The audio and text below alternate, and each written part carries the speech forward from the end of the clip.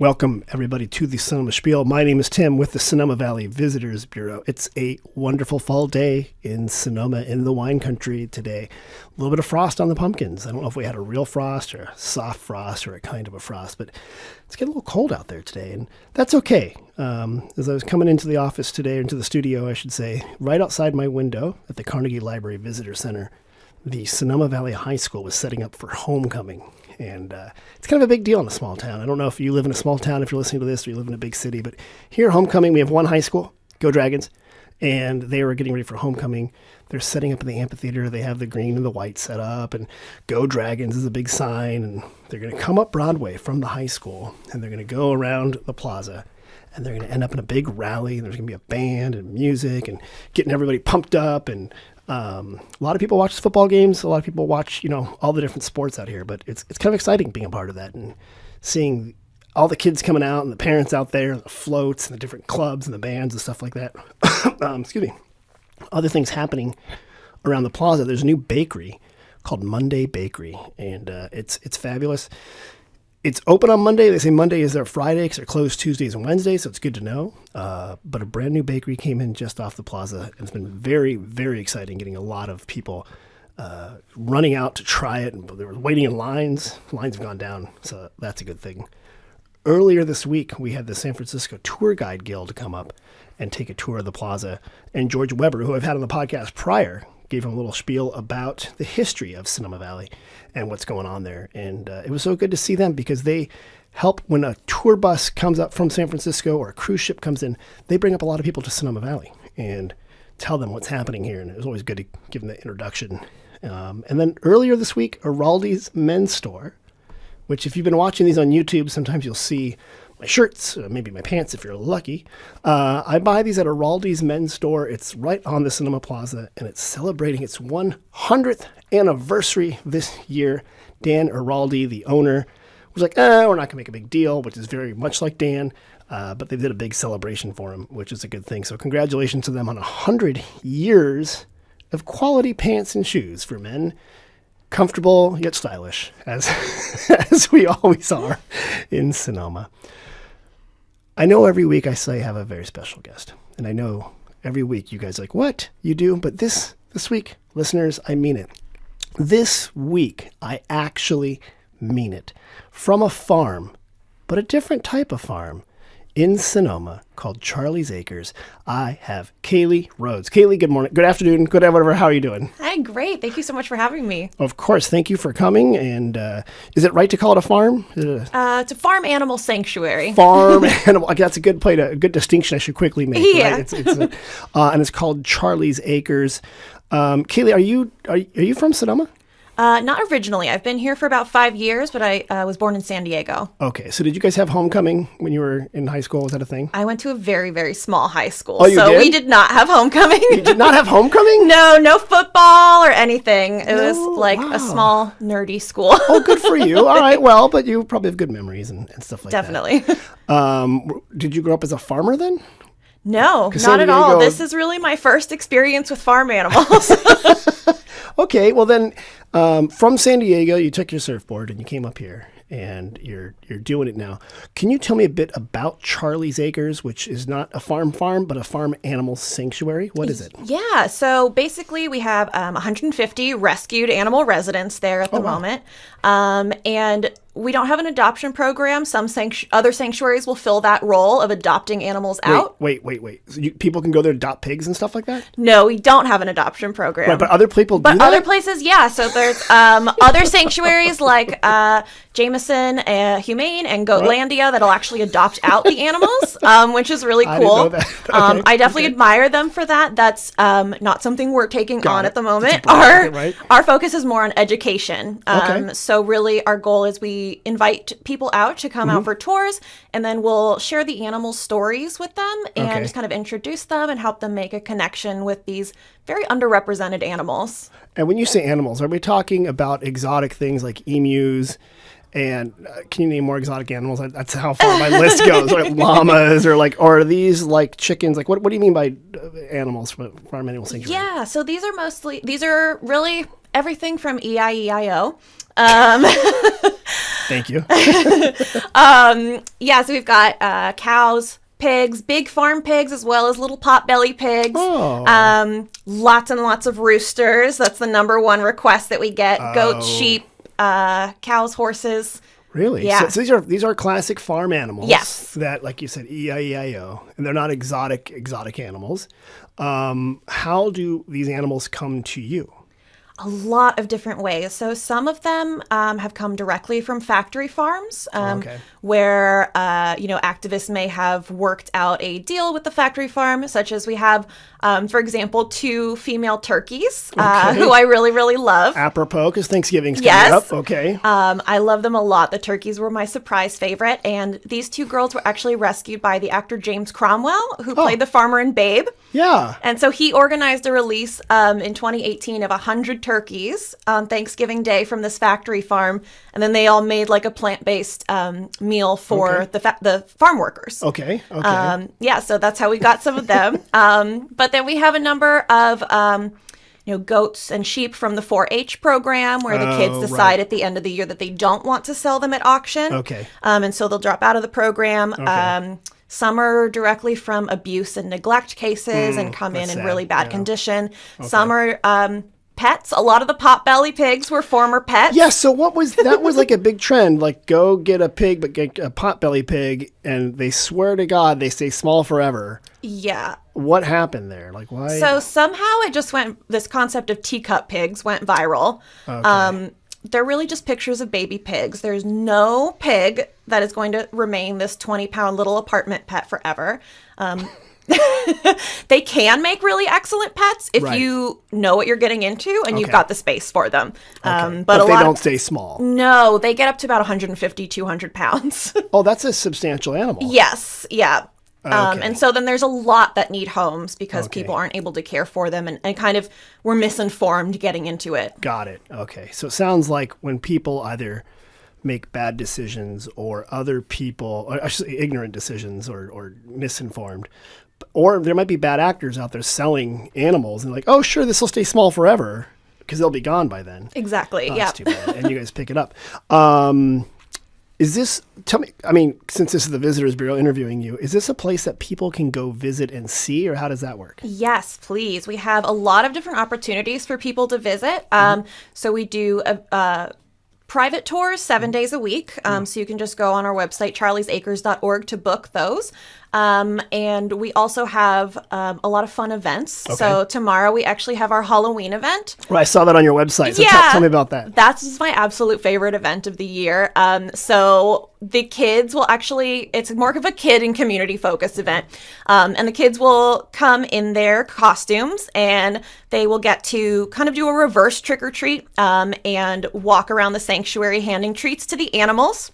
I love that. Wait, so what, but not like Snickers bars and Twixes? No, we'll have like carrot sticks and celery and stuff like that. Got it. We'll do some fun, let kids throw pumpkins to the pigs. So we do like a big pumpkin smash. Okay. The pigs will bob for apples as well. And pigs like pumpkins, but they eat them. Yes, they love them. Okay. So it's super fun. And then do people normally have to sign up for that, or they sort of show up, or how does that work? We'll need people to sign up for that. So that is also on our website, on our visit page. Got it. We've got a few spots left, but it's definitely going to be a busy day tomorrow. I love this. So it sounds like, you have activities, people can show up, they can do something. Why does Charlie's Acres exist then? If you're inviting people there to see that, is there a greater mission behind it, or is it just like, we just love pot-bellied pigs? Yeah, so our founder, Tracy, she originally bought this property in Sonoma thinking that she was going to start a dog and cat rescue. So Charlie of Charlie's Acres is actually her Chihuahua, who is 15 years old and still running around the sanctuary. Okay. And, as she was kind of learning more about farmed animals at the time, and she was going plant-based herself. Okay. And so she just realized that even in the rescue world, there's not a lot of help for farmed animals. And, even I've worked at some animal rescues that would still serve steak at our fundraisers. So there really is this disconnect. And so her goal was just to kind of allow people to meet these animals that a lot of us really don't get to interact with otherwise. Right. We are way removed from any of our food sources, especially our protein sources, I guess. Yes. Because, you can grow tomatoes at a cost of like 700 tomatoes per tomato after you've bought everything in the land and stuff like that in your backyard. But a lot of people don't know who eat meat, the process, what that meat goes through. And it was an animal. And maybe it wasn't raised the most humane way, especially if it's a cheaper protein. So it sounds like you have a mission to educate visitors that maybe there's a different path. Is that kind of what you guys are doing? Exactly, yeah. And I think, it's only fair that people understand, like you said, where their food is coming from and what the treatment of these animals is like. About 99% of the animal agriculture that occurs in this country is on factory farms. And so those are big industrial Thank you. Okay. farms. So they're not like you said E-I-E-I-O. So in the common American, fairy tale land, there's a farmer. Farmer has, their whole family out there. There's like a couple animals. It's like Babe, like you're saying. Right. But the reality might be a little bit different. Is a factory farm massive and huge and mechanized kind of thing here? Exactly. Yeah. Okay. The animals are crowded in. It's very stressful, and their welfare. I think anytime that you're making money off of animals, their welfare really is not going to come first. It's not the biggest part of the equation. Yeah. Interesting. Okay. So the mission there is to not only be a sanctuary, but through the sanctuary, educate people about maybe a plant-based lifestyle. Is that correct? Yeah. We try and do it in a really fun way, though. Okay. So if anyone is afraid that it's just going to be a bunch of vegans yelling at you, that's definitely not what we do. Well, it was pretty rough. You hit me over the head with a carrot before we started. But so it's not like that. No. So we do a lot of really fun things. One of the things we do are our vegan picnic tours. So we'll go around the sanctuary and do a tour, and then actually bring people back to our picnic area for a totally plant-based cheese and salami charcuterie platter. For real? Yeah. So, and we'll do wine as well. We have a partner at Etude Winery. Yeah. Okay. And so that's really cool because we can really show people that they can have this luxury wine country experience that's totally friendly to animals. 100% plant-based. And I saw on your website here, of course you have the cute animals in the front and stuff like that, but you also have under Learn More, the plant-based eating information. Yeah. And then you have a couple of different companies, some of which are right here. Miyoka's Creamery is, I think, in Petaluma or nearby. Yeah. A lot of these are nearby here or in California, Califia Farms and Almond Milk and stuff like that. So you actually give people the resources they need to choose plant-based if that's what they were trying to explore. Exactly, yeah. And we're not trying to be pushy about it, but we just want to be informative, and we sell some plant-based food items in our gift shop. So we have Renegade vegan salami. We've got totally vegan milk chocolates. What? Oh, yeah. I guess milk chocolate is. So what?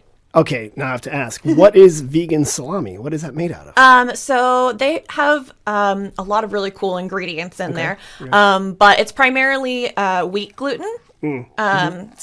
But it has a really incredible flavor. And if you see it on a charcuterie board, you would never know. Well, and I think talking about plant-based and stuff like that, was it Burger King or one of them introduced the Beyond Meat? And then some of the big chains, they're all kind of fighting each other to come out with these meat alternatives. Yeah. That you appear to be very young to me. So when I was a kid and we were getting meat alternative hamburgers, they were awful pucks of like peas and beans mashed together. There was this cookbook, ready?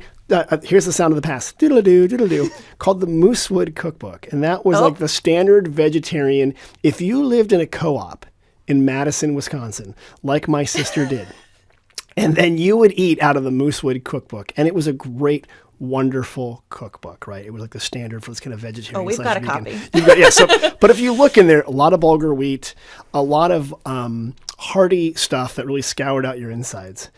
We've come so far where now Burger King, is it Burger King that was doing Beyond Meat? One of them was doing it. They've all pretty much done it at this point. They offer this, yeah, which is completely amazing. Because if you told someone that back in the 80s, they would say you've lost your mind, right? That's crazy. And it's just kind of how many more people are choosing a meatless or meat-free or meat-light lifestyle. So you guys must be doing a lot of work out there.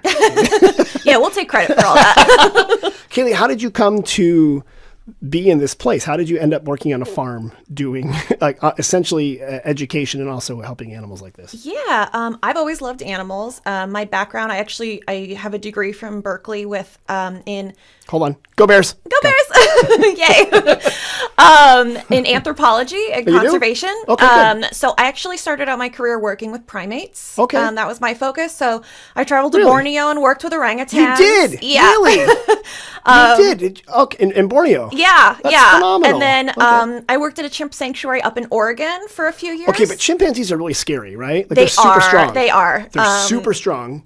Yes, it's definitely a lot different than working with farm animals. And it actually took me a little while to feel comfortable around some of the animals because I was so used to working with these dangerous animals. Yeah, because they're just like we are primates and are dangerous animals.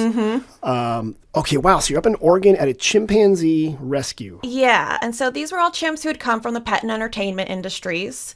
People raise chimpanzees as pets for real? Yeah, it's not a good idea. Is it legal? It's not legal anymore. Okay. Yeah, I think it was in 2018, I want to say, it became illegal. But yeah, it's definitely not a good idea to keep chimps as pets. Cause don't they weigh like 150 pounds, 200 pounds, the males? Yeah, the big ones? and they are 10 times stronger than a human being. Yeah, like their muscle fibers have like more strength than per ounce. Yeah, they have canine teeth that can crack a femur.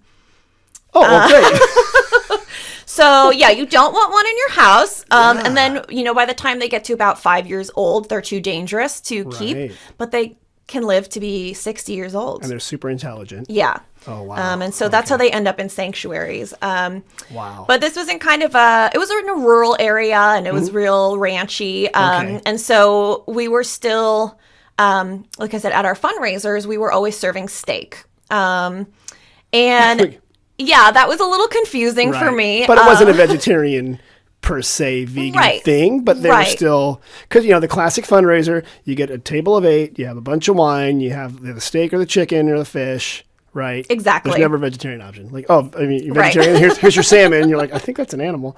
So that was how you raise a lot of money, I'm assuming. But yeah, I love that you had this insight that, yeah, this seems a little out of whack. Yeah, just telling people like how amazing chimps are and how we should, really work to conserve their habitat, but then, serving food that's not super environmentally friendly either. Yeah, beef has a lot of inputs. That's water, a lot of exports, the methane and all the problems. And let's be honest, poop is a big problem on pig farms and cow farms. Oh my gosh, yeah. And those concentrated feeding lots, which are just disgusting. And wow. Okay, so you were there. You're up there in Chimpanzee Landia. You're up in Oregon. You're getting a bunch of tattoos and drinking weird coffee because you're in Oregon. What brings you down here? So I was feeling, after a few years up there, really ready to get back to California. Okay. I don't know if you know this, but Oregonians are not real big fans of Californians. Don't they give you a big hug? And like, we're so glad to see you. Buy more real estate. Exactly. You kept trying to pump your own gas. Yeah. That was pretty nice in the snow, actually.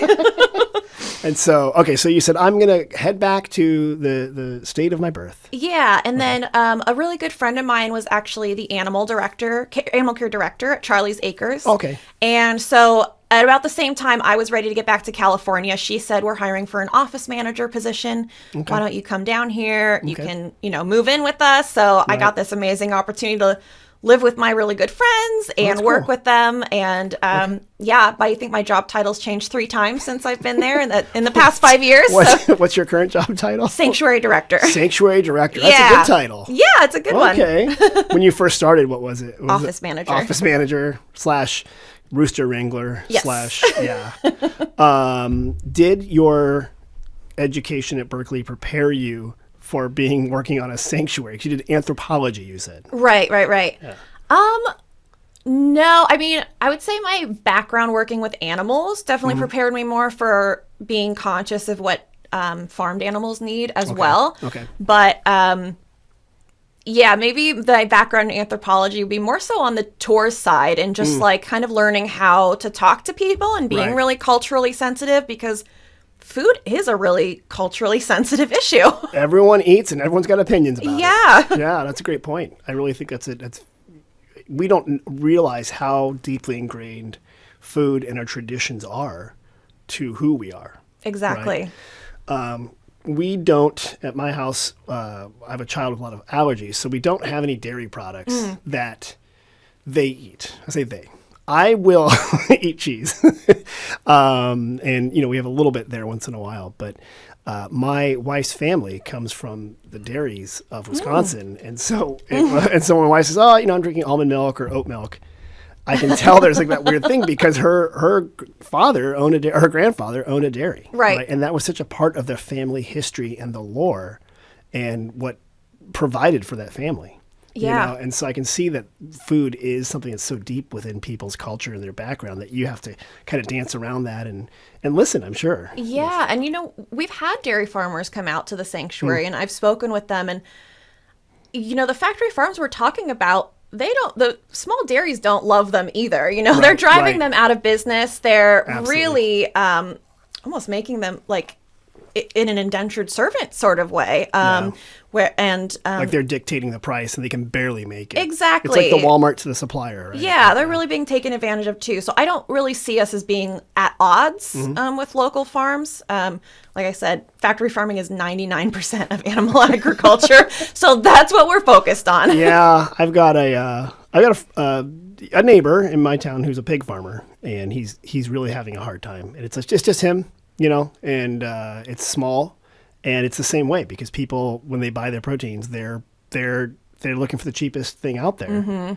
And then to survive as a smaller farmer, you have to either have a super specialized product, and that's why people do turn to grapes or cannabis or whatever that you can grow, or say, well, I've been doing this for so long, it's my family business. What do I do next? Right. And how do you prepare?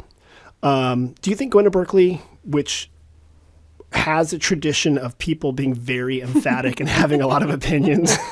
Did you have exposure to vegetarianism and vegan ideas there and food politics, or was that something that came to later? No, it was definitely at Berkeley. I went vegetarian when I was about 12 years old. Okay. In San Diego? In San Diego after Eastern San meeting Diego a pig. or Western San Diego? Western San Diego, okay. yeah. One out there in the desert. So I was a city girl. So the first time I ever actually met a pig. Where does one meet a pig in San Diego? So a family friend actually was raising one in their backyard. Long story, but so I would go over and feed this pig all the time. And me and my sisters would go over and give her treats and stuff. And her name was Chachi. And one day there was a church picnic, and Chachi was the meal, and that didn't really sit right with me. Poor Chachi. Right. So I went vegetarian then, and then at Berkeley, I took a class called Expanding Social Justice to Our Furry Friends. Okay. And that very quickly turned me vegan. Interesting. Okay. Were they supportive of your shift to vegetarianism when you were young? Or was it like, no, we're not doing that? My mom was really, really supportive. Yeah, okay. She definitely learned how to cook a lot of new recipes. Okay. And because you got to retrain yourself. Yeah. It's so easy to put an animal protein in a pan. Yeah, and even then little throw things some veg around it. Like chicken broth. Right. That you don't even think about sometimes. Yeah, because making vegetable stock takes a long time. It's good, though. It's really good. Well, getting back to Charlie's Acres, if people, when they want to come visit, do they need to make a reservation, or is it like you can have certain hours they can just stop by? How does that work? So we only do guided tours, so we do ask people to make a reservation. Okay.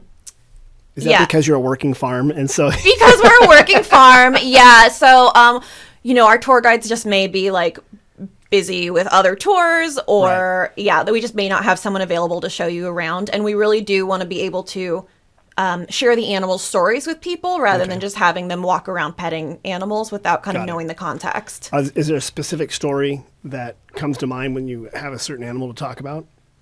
Yeah. One of my favorite stories is a cow named Simon.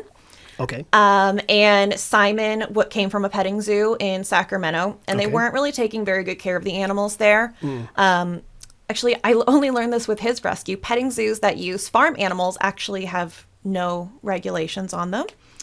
Oh, there's like a weird loophole, huh? Yeah. Wait, so not even the same regulations that a farm has? So there's not like safety regulations there.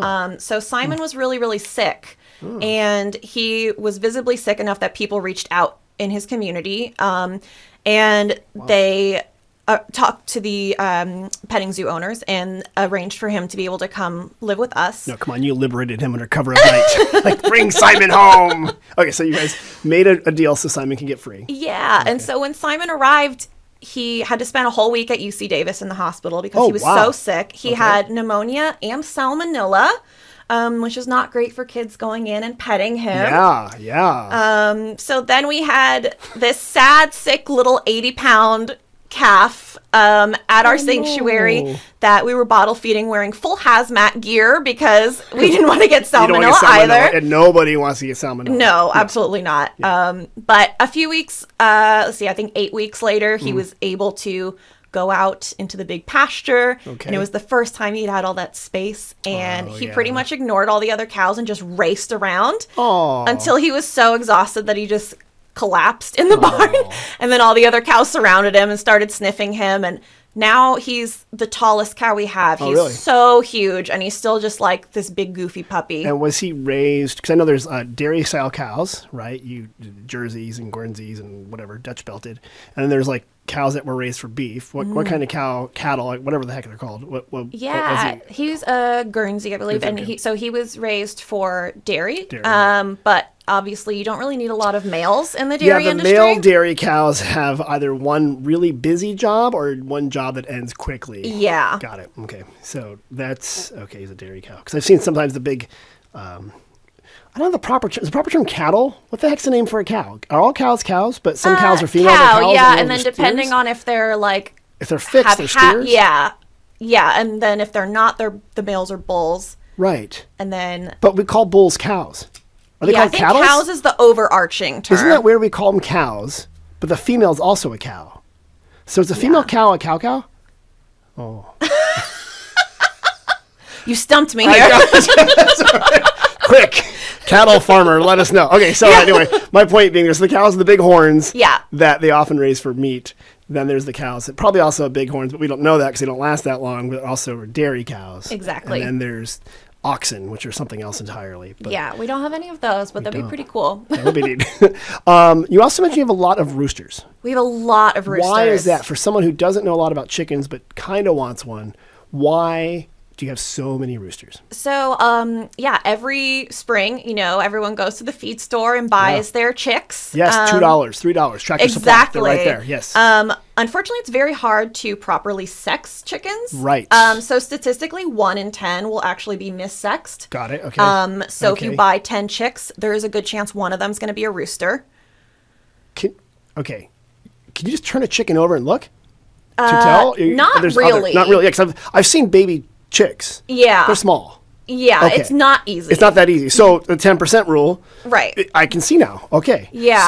So you come home and you're like, I've got these beautiful laying hens. They're fantabulous. And then one morning at 4:00, cock-a-doodle-doo. Exactly. You got a rooster. And roosters are, I've lived in a country with roosters everywhere. I mean, in addition to this country. Roosters are jerks. Roosters are the meanest. I can't say that they will chase you. They will fight you. If you're walking through the yard, they're mean to a certain degree, right? Because these were they're very protective of their families. Yes, I mean, if they're not your rooster. So I'm assuming people call you, they figure out they have a rooster, and you guys take them. And your roosters are nice because they're mellow and they're calm and they've done yoga or something like that. So how do you? I would say some of our roosters are nice. We have one named Seymour who's a lap rooster, and he's so sweet. He's never bitten anybody. He just wants to sit on everyone's lap. Oh, nice. Lovely. Okay.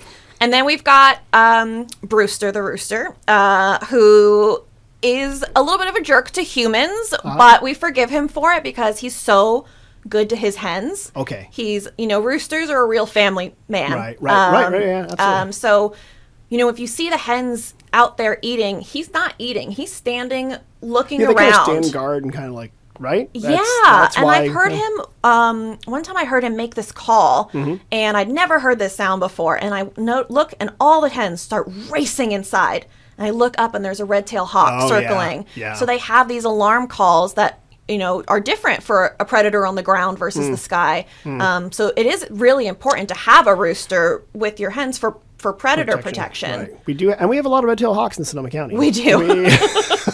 I've seen a pigeon. I was walking out my front door, and my son was there with his friend, and I opened the door, and there was a pigeon, and then boom, just gone. And I'm like, what the heck? And I look at the oak tree way over there, and the hawk had taken. It was so fast and so amazing. And my son was like, what was that? I'm like, I think a hawk just grabbed a pigeon in front of our face. Nature's hardcore. Hardcore. But not at Charlie's Acres, where it's nice. Yeah. So they protect stuff. You already mentioned it, but I want to make sure we have the website on there, Kaleigh. What if people want to book the tours or find out how to get it? What is that website again? Yeah, our website is charliesacres.org. Okay. And that's where they can get all sorts of information and things like that. Before we get to our next section of the podcast, where you're going to help me answer questions. Okay. You've mentioned Simon. Was it Simon the rooster? Simon the cow. Simon the cow. And then Brewster the rooster. And a couple. Who names these animals? We all kind of take turns naming them. Okay. We try and give them human names just to kind of help people right. make that connection. Right. A lot of them have kind of old Victorian or Southern names. Got it. So, there's Gertrude's nice. and Ethel, Roger. Hazel, Roger, good. Do you Yeah. have one named Gary? We don't have a Gary. No one's named Gary anymore except for a snail on SpongeBob. Yeah. So I'm going to throw that out there. Gary is a name we got to bring back. Okay. Okay, Gary. All right. So I'm adding it to the list. Yeah, and maybe, well, there was Gary Gnu when I was a kid. That was a puppet. But yeah, if you find that, you don't have Gnus out there though, do you? No, we don't. I don't think those are farm animals. This just shows I'm really reaching the limits of my farm animal knowledge right now. But I love that you guys come up with different funny names that go there. Yeah, sometimes we let our volunteers or our sponsors name them as well, especially like if a group comes in. When we rescued a pregnant potbelly pig and she had 8 piglets. Oh my goodness. We said the first 8 people to sponsor her would be able to name a piglet, and That's great. that sold out in an hour. Get naming rights for piglets. Yep. You know what? The world would be better if people stopped paying off politicians and started naming piglets, right? Yeah, Saving exactly. pigs. Thank you, all you lobbyists out there. Give your money to something better. You mentioned groups. Do groups come out there? Like, can people book a group tour or something like that? Yeah, you can book a group tour. We actually have a lot of corporate groups that come out for like team building volunteer days. So they'll go. Tell me about that. What do they do?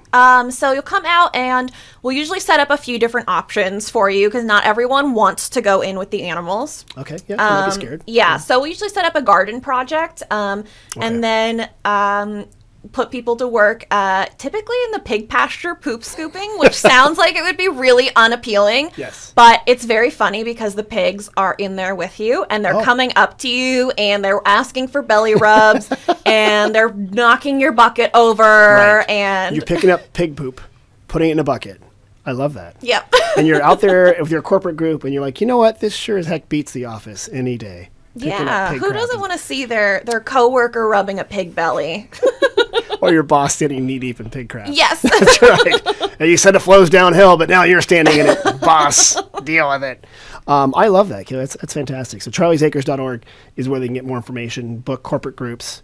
Yeah, we've done a few like holiday parties out there as well. So we're definitely open to doing that. Okay, that's pretty good. What's the weirdest animal you have out there? The weirdest animal is probably our silky roosters. So silky chickens, people used to say that they were half chicken, half rabbit hybrids. Oh. That's not the case, obviously. That's an unholy alliance. Yeah. But they do look like rabbits. They're just these really, really fluffy chickens. Okay. Are they the ones with all the feathers on the feet? Or is that different? Some of them, yeah.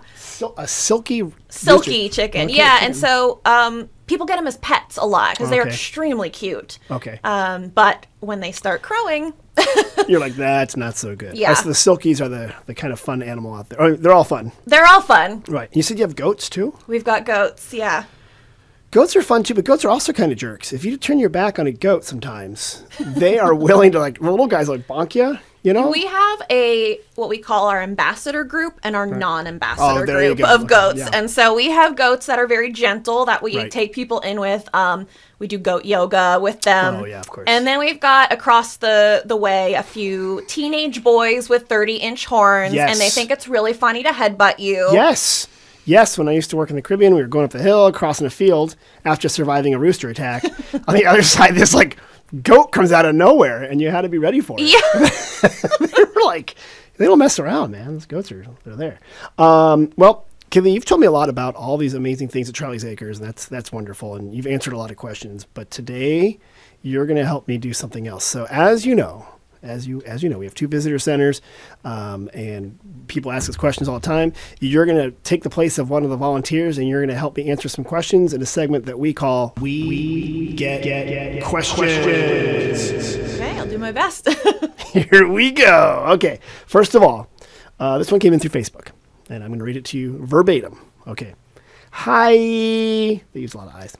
Looking for recommendations for about 30 employees for a work holiday party that isn't super expensive, but worth it. Thank you in advance. Oh my gosh, what an excellent question. Charlie's Acres is a wonderful place to have your holiday party. Okay. We work with a number of caterers that do some incredible plant-based food. We have a huge picnic area, so you can do something outside, or we also, if the weather's not too good, we have a beautiful new education center that was just completed last year.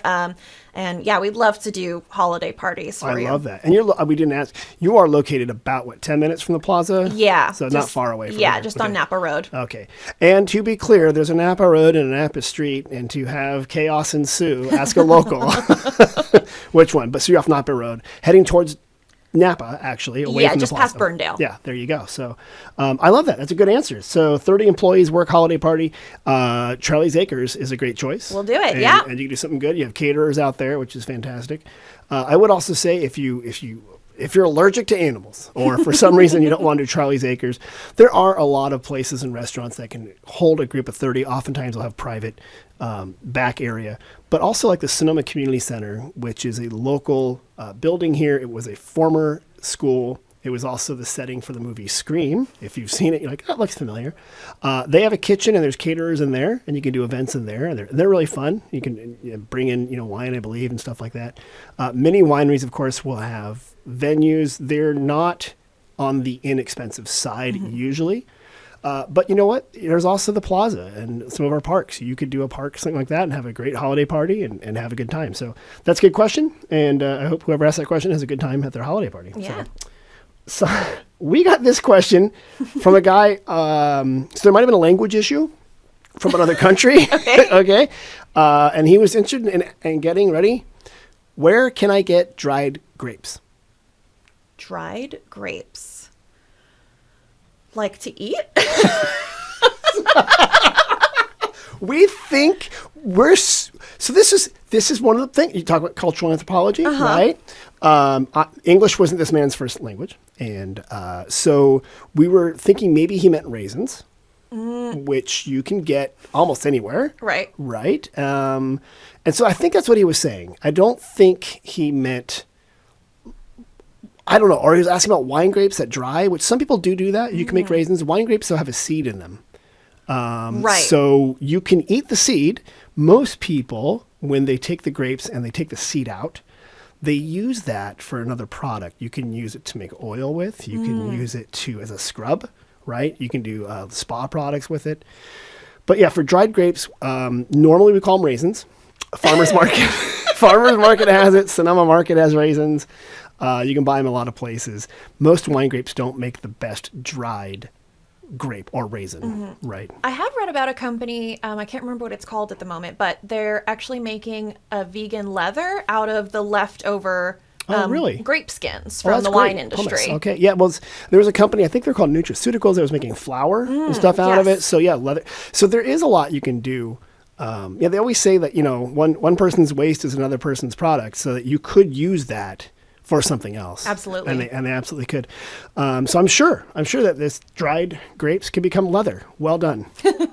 Glether? We got to think of a name for the grape leather.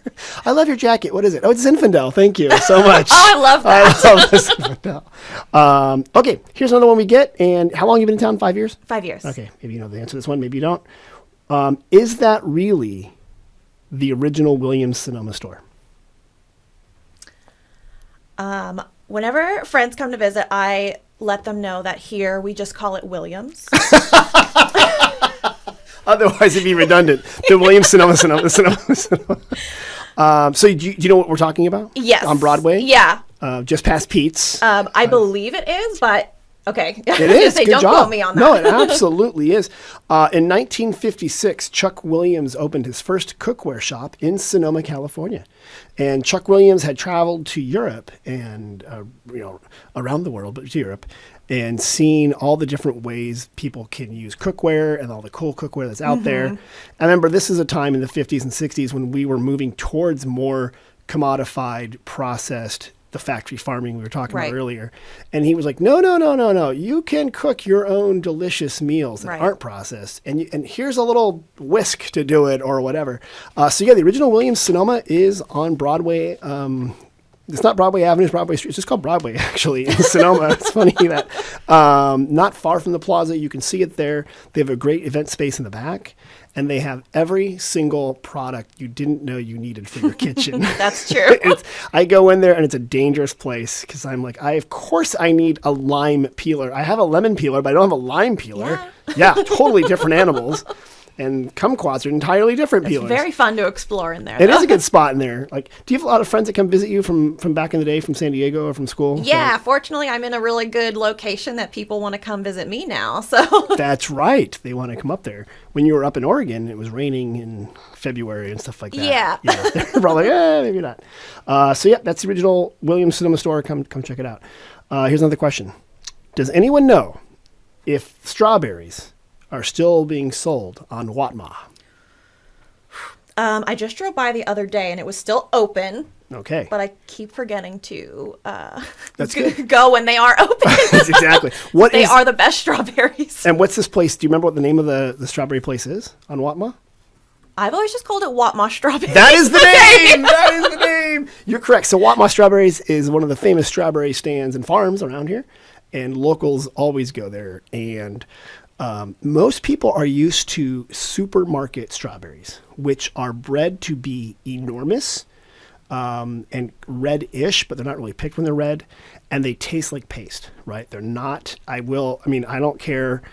I'm going to get a letter from some lawyers from the berry people, but they're not very good strawberries, the ones you get in the store. Yeah, they're very tart. They are tart, and they're overwatered, so they're watery. Watma strawberries are like these perfect strawberries, and they're like so sweet and so flavorful, and they're not the big mega strawberries. No. Right? And people will bring these in to an office. Usually someone will pick them up and they're like, you have to eat these today, right? Now. And they just, because they go away. But you can, because you just they're so good. Yeah. So I talked to the farmer this morning, and he said that they will probably open. They're going to try to open through November if they can do it. It all depends, of course, like all farmers say, it depends on frosts and rain and where they are. But if you see the sign is open off Watma Road, stop by there and get some strawberries. Definitely. So yeah, it's a good place. I'm sure, do people ask you a bunch of questions about Sonoma at the farm at Charlie's Acres, or are they just sort of like?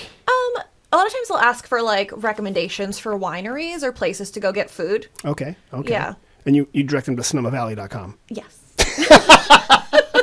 We actually have the brochures at the sanctuary and the Sonoma Valley maps there. You're so nice. So yeah, we can point those places out to people. Kaleigh, you're so good. Kaleigh, I think, do you guys have merchandise or like a gift shop or something like that at Charlie's Acres? Can you tell me about that? We do. Yeah, we've got some cool stuff.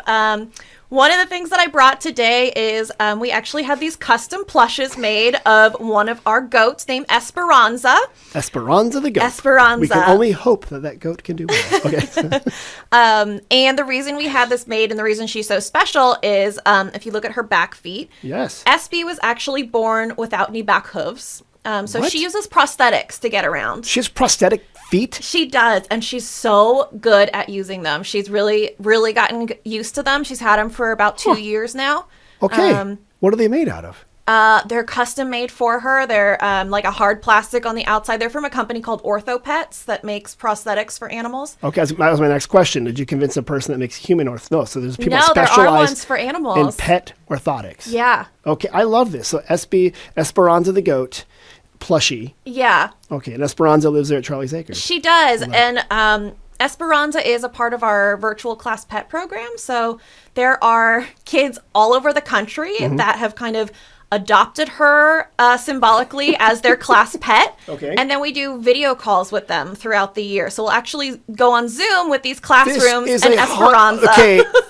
Genius. Class pet. Thank you. Remember people had the hamster as a class pet, and they would go back once a week with a different kid, and then one kid plays the Russian roulette, and the darn thing dies at home. Yeah. And it's not that kid's fault, because hamsters don't live that long. No. Especially when they move around. And they're not really easy pets for They're young not, people. but there was always someone that had that idea. Yeah. So I love the virtual class pet idea. Yeah, this is probably the program that I'm most proud of at the sanctuary. But Esperanza is picked a lot actually because she wears prosthetics. Yeah. And so a lot of teachers have told us that it kind of gives them the opportunity to talk about, differently abled individuals in a safer way. Right, without like singling out a person or somebody like that. Exactly. So that's wonderful. Okay, and you can buy these at the Charlie's Acres gift shop. Yeah. Okay, and I love that. So, well, thanks for bringing this in. Of course. Gotta have one for your desk. Before we leave, is there anything I forgot to ask you about Charlie's Acres that you're like, Tim, as you're driving away, you should have mentioned that?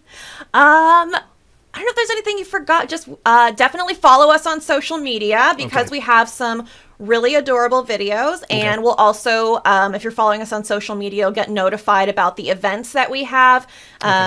We have our Halloween and Thanksgiving events coming up still. And then in the new year, in spring, we'll start doing some really fun big events.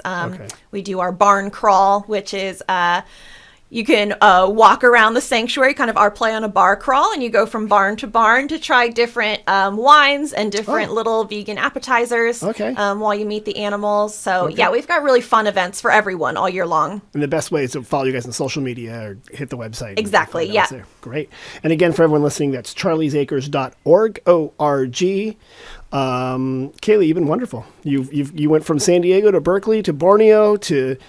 somewhere in Oregon, all the way, and I'm so glad that you landed here in Sonoma. So thanks for coming today. Yeah, thank you. And after you've gone to charliesacres.org, please don't forget to go to our own website, sonomavalley.com, and find out deals, special offers, and events including ones like they have out at Charlie's Acres. And if you've listened this long, and thank you so much, Mom and Dad, for listening this long, remember to like, comment, subscribe, give us a rating. Just say, you know what? This is worth 5 goats, 5 Esperanzas. It's just the best podcast ever. That way other people can find it. Make sure you send us questions, and we will see you guys next week. Thank you very much.